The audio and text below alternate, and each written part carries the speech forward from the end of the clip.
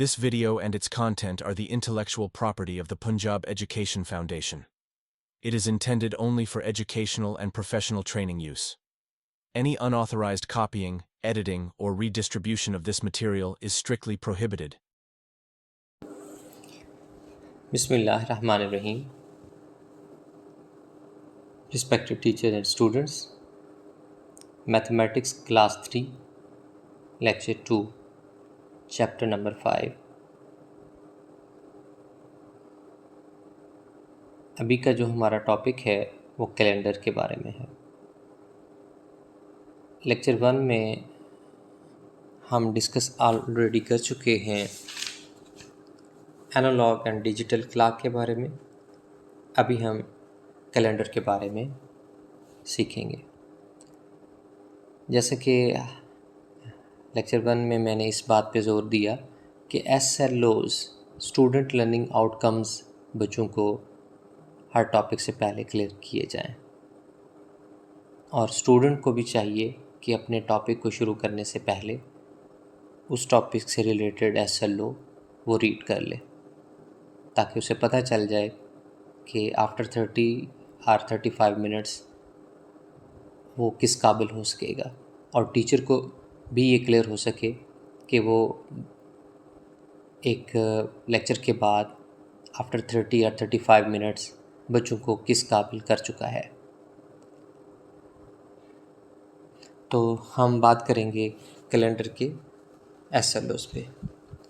आप यहाँ पर बच्चों से एक प्री क्वेश्चन भी कर सकते हैं कि स्टूडेंट्स आप बताएं कि इस टॉपिक से आपको क्या फ़ायदा होने वाला है। जब बच्चे इसके बारे में ख़ुद बता चुके हों तो फिर आप अपनी राय दें और उसमें आप अपने अल्फाज शामिल करें। जैसे आप उन्हें क्लियर कर सकते हैं कि जी इस टॉपिक से आप आइडेंटिफाई कर सकते हैं दिन, महीने और साल, इसकी आइडेंटिफिकेशन आप कर सकते हैं। कैलेंडर से आपको अंडरस्टैंडिंग होती है कैलेंडर की स्ट्रक्चर की, कि इसका स्ट्रक्चर कैसा है। आगे जाके हम इस पे बात करेंगे। फिर आप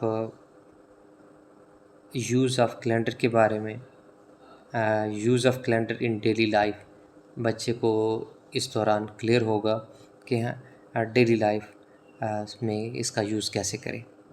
आज के जो इस टॉपिक कैलेंडर से रिलेटेड है, तो इससे बच्चे को अंडरस्टैंडिंग होगी किसी स्पेशल डेज़ की, और वो एक कैलेंडर की मदद से स्पेशल डे की अंडरस्टैंडिंग कर पाएगा। जैसे कोई किसी किस्म की कोई छुट्टियां हैं या कोई बर्थडे है तो 23 मार्च है,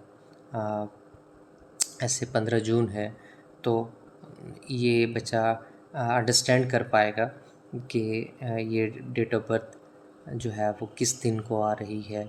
इस तरह की अंडरस्टैंडिंग, और इवन कि किसी शादी और खुशी के कोई दिन तय करने होते हैं तो कि भी इस दिन जो है ना शादी रखी जाए, तो दिनों के बारे में जो अंडरस्टैंडिंग है वो एक कैलेंडर के ज़रिए से ही बच्चा अंडरस्टैंड कर पाता है। तो ऐसे ही आप कैलेंडर के ज़रिए से बाज़ दफ़ा मिक्स हो रहे होते हैं, तो हम लीप ईयर का कंसेप्ट दे सकते हैं कि कैसे हर 4 साल के बाद फ़ेब का जो महीना है उसमें एक दिन का इजाफ़ा हो जाता है। मोस्टली ये 28 दिनों का फ़ेब रहेगा, लेकिन हर 4 साल के बाद, जैसे 2024 में फ़ेब 29 का था, तो ऐसे ही 2028 में फ़ेब जो है, या ऐसे ही फ़ेब जो है वो एक दिन बढ़ जाता है। 29 फ़ेब हो वीक होगा इंशाल्लाह 2028 में। तो कहने का मकसद ये है कि हम बच्चे को अंडरस्टैंडिंग दे पा रहे हैं डेज़, मंथ, अंडरस्टैंडिंग स्ट्रक्चर के बारे में, और use of calendar daily life में, और जो स्पेशल डेज़ हैं किसी किस्म की हॉलीडेज़ वगैरह उनकी अंडरस्टैंडिंग में, और लीप ईयर, और इस तरह कुछ स्टूडेंट्स भी उसमें बातें शेयर कर रहे होते हैं कि हमें इस टॉपिक से ये हासिल होने वाला है। तो रिस्पेक्टेड टीचर, अब हम इसकी डिटेल पे जाते हैं कि कैलेंडर टॉपिक में क्या है। A calendar is a system for organizing and dividing time into days, weeks, months, and year. It helps track and plan events and activities over specific period. We use calendar to remember our birthday, plan of activities, plan of duties भी, holiday, and to find out our age। तो देखिए यहाँ पे आप calendar सामने रखें। अब इसकी तफसील में हम जाते हैं। तो आप बच्चों के सामने एक कैलेंडर रखें, फिर उसकी क्लैरिटी पे अगर मेरे मुअज़्ज़िज़ टीचर जो है वो ये बात सुन रहे हैं तो उनको मैं ये कहूँगा कि आप ये सामने रखें और फिर बच्चों को इंतहाई बेसिक से गाइड करें। और अगर स्टूडेंट है तो अगर स्टूडेंट मेरी बात सुन रहा है, मेरा लेक्चर सुन रहा है, तो उसको मैं ये कहूँगा कि आप भी इस टॉपिक को एंड से या मिडिल से जो है वो कैरी ना करें, आप इसके स्टार्टिंग से ही जो है वो पिक करें। क्योंकि ऐसी सूरत में जब आप सेंटर से किसी टॉपिक को पिक करना शुरू करेंगे तो उसमें आपके लिए कुछ खला रह जाएगा, और ये खला आपके साथ साथ चलेगा जब तक आप उस खला को फ़ील नहीं करेंगे, अपने उस टॉपिक को, उस कंसेप्ट को आप ठीक नहीं करेंगे। तो कैलेंडर सामने रख दिया गया जी, और इसमें आप बच्चों को क्लियर कराना शुरू करें कि हमारे पास एक साल में 12 मंथ हैं, और उसके ऊपर जो है वो आप उंगली रखवा कर या आप वाइट बोर्ड के ऊपर अपने लगा चुके हैं तो आप अपनी जो है वो पॉइंटर के साथ उसको मेंशन करते जाएं कि देखें ये इस तरह से ये 12 मंथ हैं एक साल में। जनवरी, फरवरी, मार्च, अप्रैल, मई, जून, जुलाई, अगस्त, सितंबर, अक्टूबर, नवंबर, दिसंबर। और यहाँ पहला कंसेप्ट आपने दिया कि एक साल में 12 महीने, फिर एक महीने में 30 दिन, यूजली समटाइम 31 और मतलब फरवरी में 28 और 29 भी होते हैं, तो इसलिए usually 1 week 7 days, 1 week 7 days and 1 day 24 hours, 1 day 24 hours.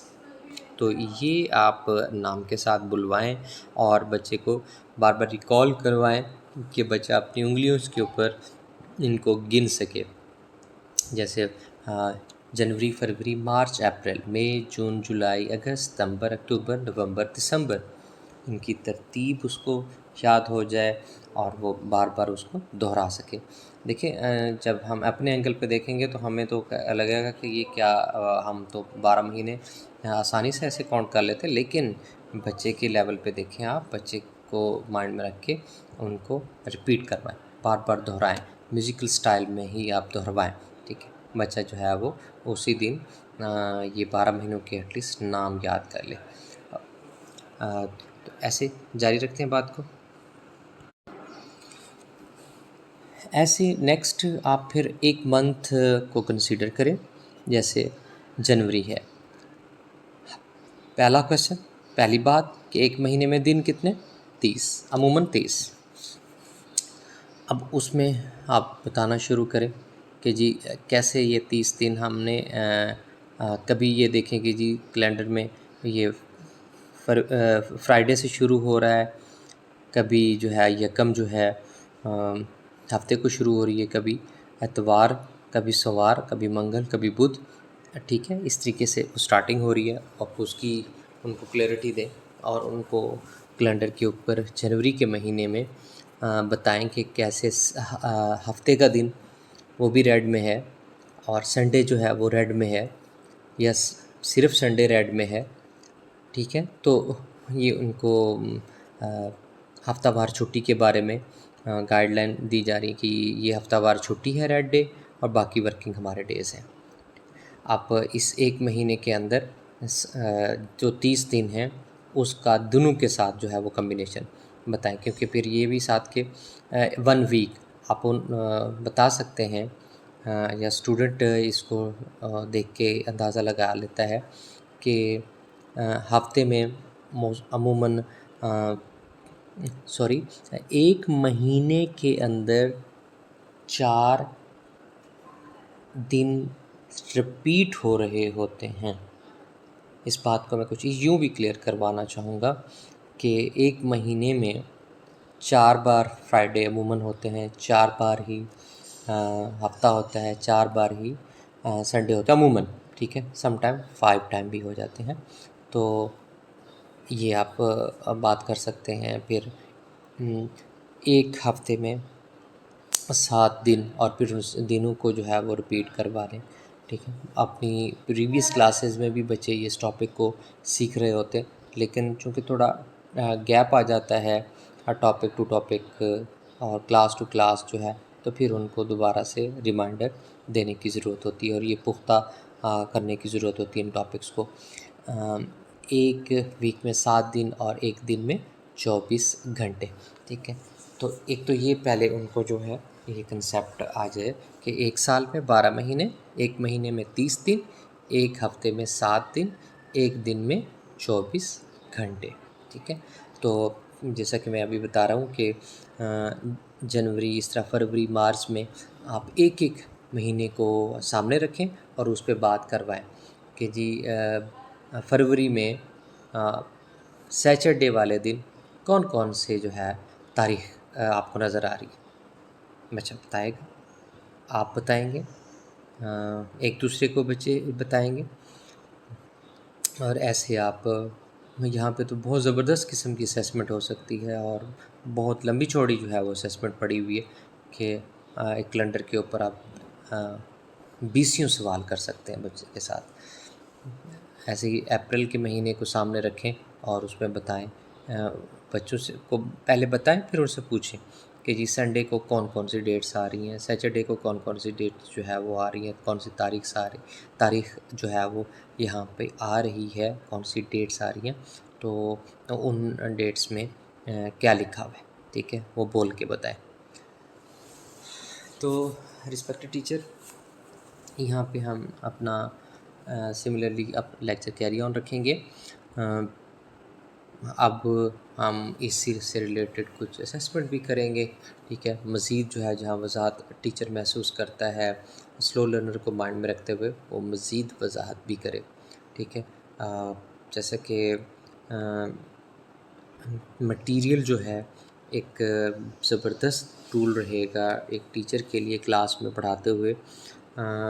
उसको टीचर को अपना प्लान करके घर से चलना चाहिए, मुताला करके चलना चाहिए, और कुछ मटेरियल जो है वो डेवलप करके एक चार्ट की सूरत में, एक कैलेंडर की सूरत में यहाँ पे साथ में लेके जाने की ज़रूरत है, इंतहाई ज़्यादा ज़रूरत है, ठीक है।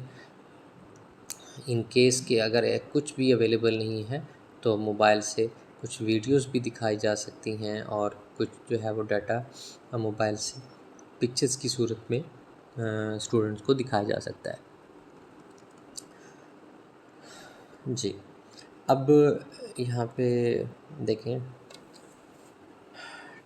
Try yourself write the name of days for the given dates using the calendar. जी, तो मेरे मुअज़्ज़ज़ असातिज़ा इकराम, स्टूडेंट्स भी अगर इस पेज को यूज़ करना चाहें तो बहुत अच्छे से यूज़ कर सकते हैं और उन्हें करना भी चाहिए। देखिए 10 जनवरी इस दिन तो है संडे, तो आपके सामने पड़ा हुआ है कैलेंडर या वाइट बोर्ड पे लटकाया गया है कैलेंडर। तो इसमें बच्चे को आपने इस तरह का स्केच दे दिया, ये 23 मार्च को कौन सा दिन होगा, 5 अक्टूबर को कौन सा दिन होगा, 6 सितंबर को कौन सा दिन, 22 जून, 5 फरवरी, इसी तरह 14 अगस्त को कौन सा दिन है, 31 जुलाई, 9 नवंबर, 1 मई, 25 दिसंबर और 21 अप्रैल, और इस तरह की और मुख्तलिफ डेट। ये तो आपने एक स्केच बनाया, इस तरह की एक एक्टिविटी क्रिएट की है, वैसी और एक्टिविटी क्रिएट कर सकते हैं। इवन इस तरह की एक्टिविटी स्टूडेंट्स से क्रिएट करवाएं। अगर आप असाज़ा कराम एक ग्रुप बना दें, और ग्रुप बनाते हुए आप इस चीज़ का ख्याल रखें कि 4 मैक्सिमम 5 लोग एक ग्रुप में हों, तो ग्रुप बनाएं और उन्हें कहें कि एक्टिविटी खुद क्रिएट करें। एक पेज पे जब वो बच्चे मुशावरत के बाद एक एक्टिविटी क्रिएट कर लेते हैं, आप उस पेज को दूसरे ग्रुप के साथ शेयर करें। दूसरे ग्रुप का जो की एक्टिविटी है वो पहले ग्रुप के साथ आप शेयर करें, और इस शेयरिंग के बाद आप नोट करें कि बच्चे किस तरह से फिर इस असेसमेंट को जांच रहे हैं। ठीक है, वो एक कैसे एवेल्यूएट कर रहे हैं कि कहाँ पे मिस्टेक्स हैं या मिस्टेक नहीं है, तो उनको फिर वो बच्चे नंबर दे रहे हैं एक दूसरे के साथ, नंबरशिप उसके ऊपर नंबर पुट कर रहे हैं। तो कहने का मकसद ये है कि इस तरह बच्चे की इन्वॉल्वमेंट बहुत अच्छी होगी, उसका शेयरिंग आइडियाज़ भी बहुत अच्छे होंगे, कंसेप्ट क्लैरिटी भी बहुत अच्छी आएगी। तो यहाँ इस तरह की एक्टिविटीज़ स्टूडेंट से शेयर करना जो है, मैं समझता हूँ हमारी यहाँ पे ज़रूरत है और फ़ायदा है स्टूडेंट्स का। ऐसे ही इस टॉपिक से रिलेटेड आप अगर जो आप टॉपिक क्वेश्चन बच्चों को दे चुके हैं, आप इसकी आंसर की के तौर पर भी आपके पास एक पेज ऑलरेडी क्रिएटेड है, आप उस क्रिएटेड पेज को वाइट बोर्ड पे डिस्प्ले करें और बच्चों को कहेंगे जी आप जो अपना टास्क कंप्लीट कर चुके हैं तो मैच कर लें जी, देख लें कैसे आप कहाँ पे आप ठीक हैं, कहाँ पे आप गलत हैं, कहाँ पे मिस्टेक रहेगी। तो ये नन्हे मुन्ने बच्चे जो है वो उस दौरान टीचर की इंस्ट्रक्शन को फॉलो करते हुए वो काम कर रहे होते हैं, तो आपको उसके ऊपर चेक रखने की ज़रूरत है। तो ये रिस्पेक्टेड टीचर कैलेंडर के हवाले से एक्टिविटी हो गई। हम आगे फिर इसकी एक्सरसाइज में जाएंगे। Exercise at page 126। यहाँ पे भी हमारे पास कैलेंडर है, तो इस कैलेंडर में हम मुख्तलिफ छोटे छोटे सवाल बच्चों से पूछ सकते हैं कि what is the day on January 31। What is the day on जनवरी 31। अब बच्चा वहाँ पे जाके देखे कि 31 जनवरी को कौन सा दिन है। अगर आपके सामने भी ये कैलेंडर पड़ा हो तो आप भी गौर से देख के ही ये डेट बता सकते हैं। ठीक है, तो ऐसे ही Umair's birthday is on the second Wednesday of April, what is the date. What is the date, क्या डेट बनेगी जबकि बर्थडे उसकी सेकेंड वेडनेसडे, अप्रैल का महीना। सबसे पहले बच्चे को यहाँ पर बताया कि आपको ये टास्क आया, सबसे पहले आपको महीने के अंदर जाना है, वो महीना है अप्रैल का, अप्रैल में चले गए जी। अब उसका जो सेकंड वेडनेसडे है, तो हम देखें Sunday, Monday, Tuesday, Wednesday. First Wednesday 7 है, तो सेकंड वेडनेसडे 14, लिहाजा पता चला कि उस दिन तो 14 अप्रैल है जी। ठीक है, तो ऐसे यही चीज़ आप चेंज भी करके दे सकते हैं। मे बी यहाँ पे Ali's birthday is on the third Friday of April, fourth Saturday of April, या मई, जून, कुछ भी आप डेट चेंज कर सकते हैं। और अब बच्चे को कहेंगे बच्चे आप इस क्वेश्चन 2 को आप अपने एंगल पे बताएं, तो वो भी बच्चा यहाँ पे क्वेश्चन कर रहा होता है कि Azhar birthday is on the may be first Friday of June, first Friday of June. तो सबसे पहले हमें जून में जाना है, फिर फ्राइडे में जाना है, उस यानी पहली रो में जाना है, ठीक है। यकीनन वो मोस्टली आप देखें कि फर्स्ट है तो फर्स्ट रो में मिलेगी आपको, थर्ड है तो थर्ड रो में मिलेगी वो डेट। तो ये मैं जिस तरह के मैं यहाँ पे बात कर रहा था, तो यहाँ पे कोई डेट आगे 4 है। Third question, essence examination starts from 3rd December, what is the day, what is the day. Essence का जो एग्ज़ाम है, अली का एग्ज़ाम है, या कोई शहबाज का कोई एग्ज़ाम है, स्टार्ट हो रहा है 3rd दिसंबर से, तो उस दिन वो डे क्या है। अब हमें अपने सामने जो मौजूद कैलेंडर हम रखेंगे उस पे हम बात करें तो सबसे पहले हमें दिसंबर में जाना है। दिसंबर में हम देख रहे हैं 3rd दिसंबर, ये यहाँ पे 3rd December. What is day, 3rd December, day Friday. यहाँ ज़रूरत है हमें सबसे पहले फ्राइडे के कॉलम में जाने की, ठीक है। और उसमें 3rd दिसंबर, यकीनन फ्राइडे में जो नज़र आई हमें डेट वो 3 और उसके साथ दिन फ्राइडे, ठीक है। तो what is the date on last Friday of February. फरवरी का जो लास्ट फ्राइडे है, ठीक, और उसकी क्या, उसमें डेट क्या है, ठीक है। हम सबसे पहले फेब में जाएंगे, वहाँ पे हम लास्ट डेट देख लेंगे, लास्ट और फरवरी में जाने के बाद फ्राइडे में आएंगे। फ्राइडे में हम लास्ट पे जाते हैं तो हमारे पास 26 है, ठीक है। यानी पता चला कि सिर्फ जो लास्ट फ्राइडे फरवरी का होगा वो 26 है। What is the day on 23rd मार्च। मार्च में जाएं और 23rd देखें। मार्च चले गए जी, मार्च में हम, और यहाँ पे हमारा 23rd आप उसको सर्च कर लें, रो के लिहाज से या कॉलम के लिहाज से आप उसको सर्च करें। अब यहाँ पे 23rd रो के लिहाज से जब उसको सर्च करेंगे तो कॉलम में जाके देखें तो ये यहाँ पे ट्यूसडे है जी, ट्यूसडे। तो इसका आंसर ट्यूसडे। तो ये एक ज़बरदस्त एक्टिविटी रहेगी। तो जो हमारा ये अभी का जो टास्क रहा, उस हवाले से आप इसके आंसर एक दफ़ा फिर से सुन लें। What is the day on January, Sunday. Umair's birthday is on the second Wednesday of April. What is date? 14 April. Third question.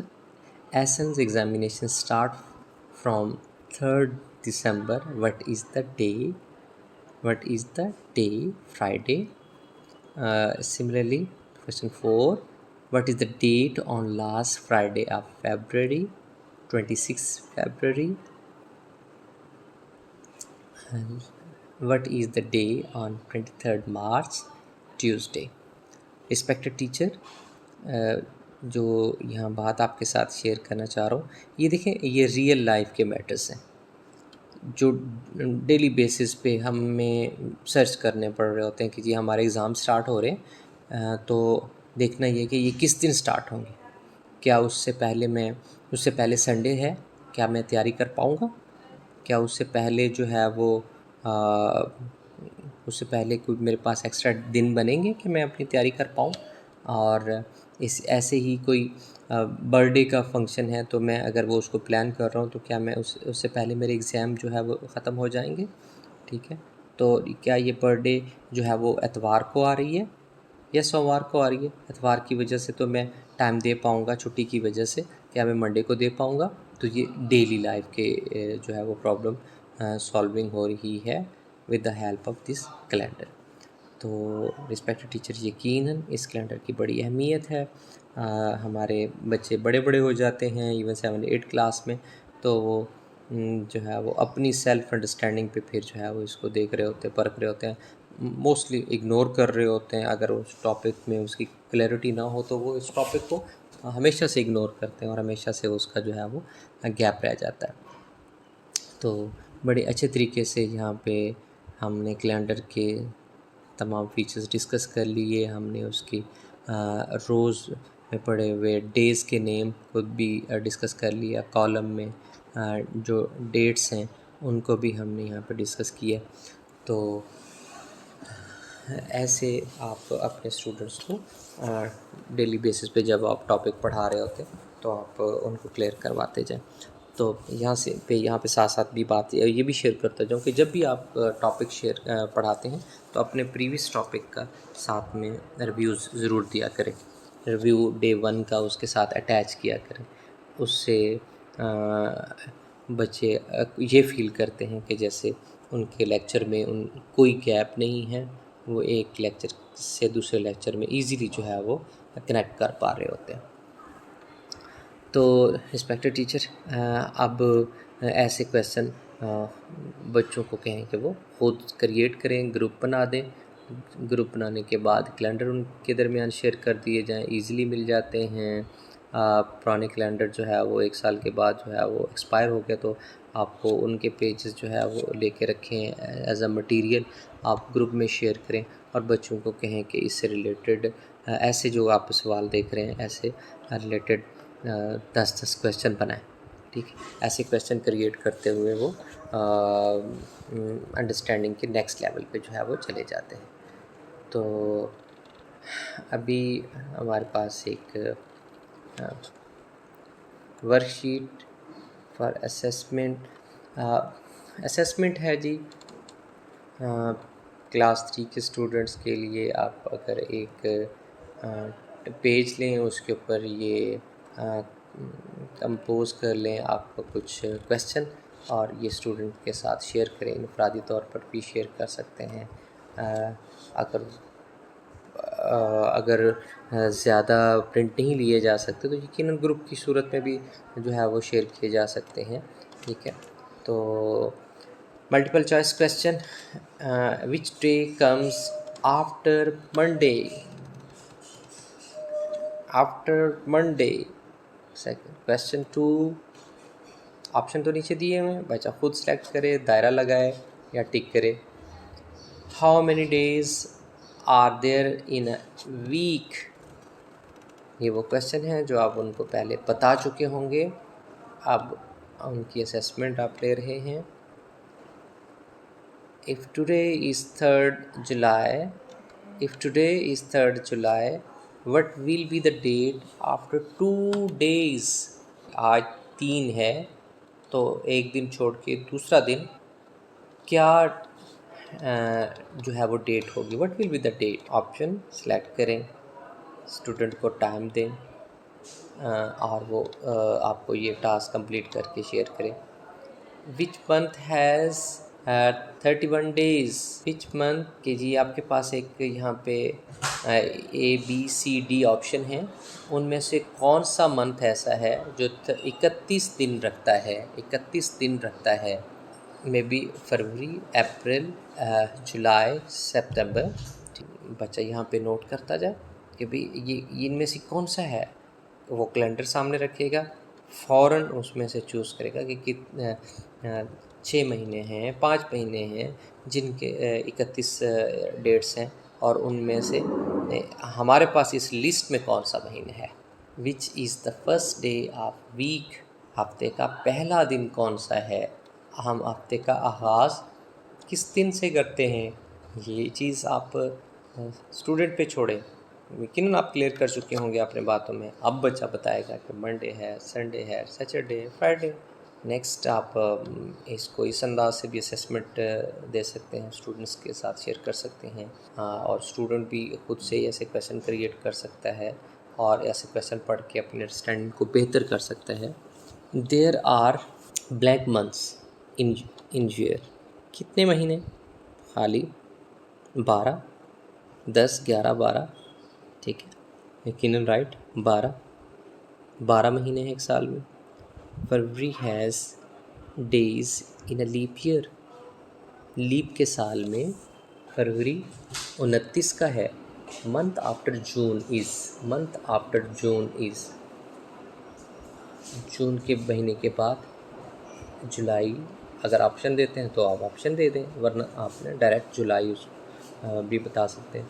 The date of that comes after 31 December. 31 दिसंबर कंप्लीट हो गया, महीना कंप्लीट हो गया, तो अगली जो डेट है वो क्या होगी? ठीक है, यकीनन 1 जनवरी में हम जाएंगे। ठीक है, तो ये रिस्पेक्टेड टीचर्स, आप असेसमेंट के टूल्स रख सकते हैं। ठीक है, आप उनको शॉर्ट आंसर के ज़रिए से भी क्लियर करवा सकते हैं। शॉर्ट आंसर आप उनको दे सकते हैं और बच्चा वहाँ पे सिर्फ टिक ना कर रहा हो, कुछ दायरे ना लगा रहा हो, कुछ अपना ख्याल भी बता रहा हो। How many days are there in leap year?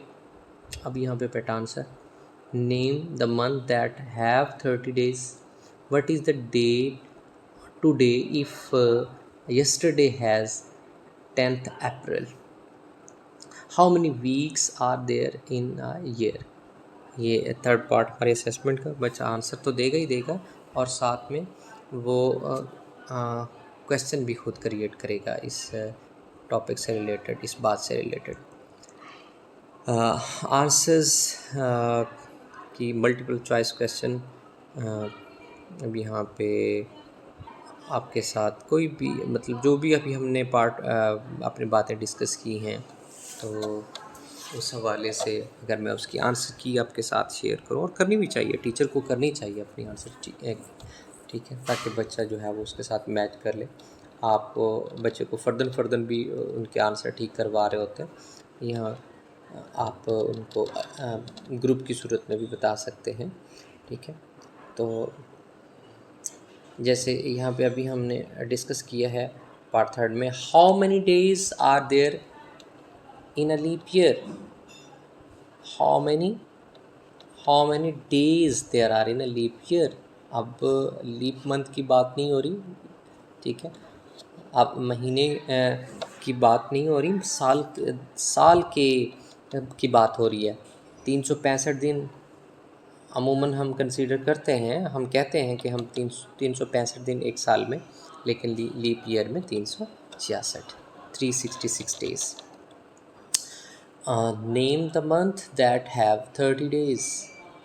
April, June, September, November. ये जी हमारे पास 5 महीने हैं जिनकी डेट 30 होती हैं। बच्चे बड़े बड़े हो जाते हैं और वो जो है ना, बाज़ दफ़ा उंगलियों के ऊपर, बाज़ दफ़ा कैलेंडर के ऊपर, बाज़ दफ़ा मोबाइल के कैलेंडर में भी देख रहे होते हैं कि जी 30 दिन वाले कौन से महीने हैं। Similarly question is there, what is the date today if yesterday was 10th April? अगर कल 10 अप्रैल था, what is the date today? फिर आज क्या दिन होगा? 3 क्लास के बच्चों के लिए भी बड़ा क्वेश्चन रहेगा। 11th April. Question 4, how many weeks are there in a year? How many weeks? दिन तो हम कहते रहते हैं 365, तो वीक कितने ठहरे जी? तो 52 वीक्स। ठीक है, 52 वीक्स प्लस 1 आर 2 डेज। ठीक है, लीप ईयर की वजह से प्लस हो जाते हैं। तो how many weeks are there in year? 52 weeks. तो रिस्पेक्टेड टीचर्स, ये हमारी असेसमेंट रही। इस असेसमेंट के आपके भी अपने तरीके होंगे, उनके साथ इनको मर्ज करके एक नया असेसमेंट का तरीका भी लिया जा सकता है। तो अभी ये जो हमने अभी का टॉपिक डिस्कस किया है कैलेंडर का, हमारा क्लास 3 का ये टॉपिक था और क्लास 3 चैप्टर 5 हम इसके लेक्चर 2 में बातें कर रहे थे कैलेंडर के हवाले से। इसको रिकैप कर लेते हैं कि सबसे पहले जैसे ही आप अपना टॉपिक स्टार्ट करें तो बच्चों को SLO क्लियर करवाएं, SLO पे बात करवाएं और फिर SLO में आप अमूमन बात कर रहे होते हैं कि अंडरस्टैंड, आइडेंटिफाई, ठीक है। तो इन टर्म्स के साथ understand the structure of calendar, identify the days and month, understand the special days of month and year और आल्सो लीप ईयर्स। तो ऐसे ही आप फिर अपने टॉपिक की डेफिनेशन क्लियर करवाएं। आप डेफिनेशन क्लियर कराने के बाद आपके पास जो मटेरियल है वो दिखाएं बच्चों को, वाइट बोर्ड पर डिस्प्ले करें। ऐसे जब आप ये टॉपिक अंडरस्टैंडिंग दे चुके हों तो फिर आप कंसेप्ट क्लैरिटी के लिए के पास एक से ज़्यादा एक्टिविटी हैं तो आप उन एक्टिविटीज़ को शेयर करें बच्चों के साथ और उनका सलूशन जो है वो उनको दें, आंसर कीज़ की सूरत में दें, या बच्चे खुद ही जो है वो एक दूसरे से का जो है वो टॉपिक देख रहे होंगे, उनके आंसर कीज़ देख रहे होंगे और उसके ऊपर जो है वो नंबरिंग कर रहे होंगे, ठीक है। तो उम्मीद करता हूँ ये टॉपिक आपके लिए, ये क्लैरिटी आपके लिए हेल्पफुल रही होगी। आप जो है वो इसको मज़ीद भी बेहतर बना सकते हैं अपनी एफ़र्ट के साथ, ठीक है। तो थैंक यू सो मच जी। अल्लाह हाफ़िज़।